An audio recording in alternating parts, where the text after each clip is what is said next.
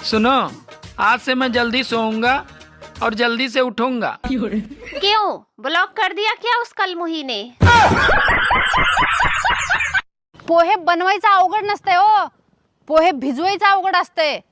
कारण जरा जजमेंट हुकलं की चक्क भात होते. होय हो. हा तुम्हाला माझ्या मनाचा मोठेपणा माहिती का? काय बाबा आता तुम्हाला न बघता मी तुमच्याशी लगीन केलं माहिती का? आईला हा. इडीच आहे तू. तुला माझ्या मनाचा मोठेपणा माहिती का? काय? अगं तुला बघून सुद्धा मी तुझ्या संगच लगीन केलंय.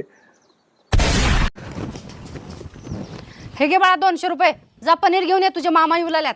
आई तात्याच्या डेअरीतून लगेच आणतो. ए थांब थांब, कुठे चाललास 200 नोट घेऊन? मामाला आल्यात, आईनं पनीर नाही पाठवले.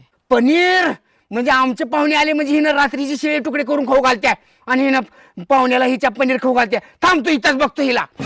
सुनी, ए सुनी, इकडे बाहेर. काय लय पैसे जास्त झाल्यात का तुला? तुला लय अंबानी झाल्यासारखं वाटलेलं का? हो, काय झालं उगाचच का बोंबलालाय? तुझा भाऊ आला म्हणजे पनीर आणि माझे पाहुणे आले म्हणजे शिळे तुकडे. लय पैसा जास्त झाला का तुझ्याकडं? हा, ते गप पैसे घे आणि डब्यात ठेव आणि गप संध्याकाळी चटणी भाकरी कर. बाळा हे घे 500 रुपये, अर्धा किलो श्रीखंडान आणि उरलेल्या पैशाचे गुलाबजामुन आण. सगळेजण खाऊ आपण.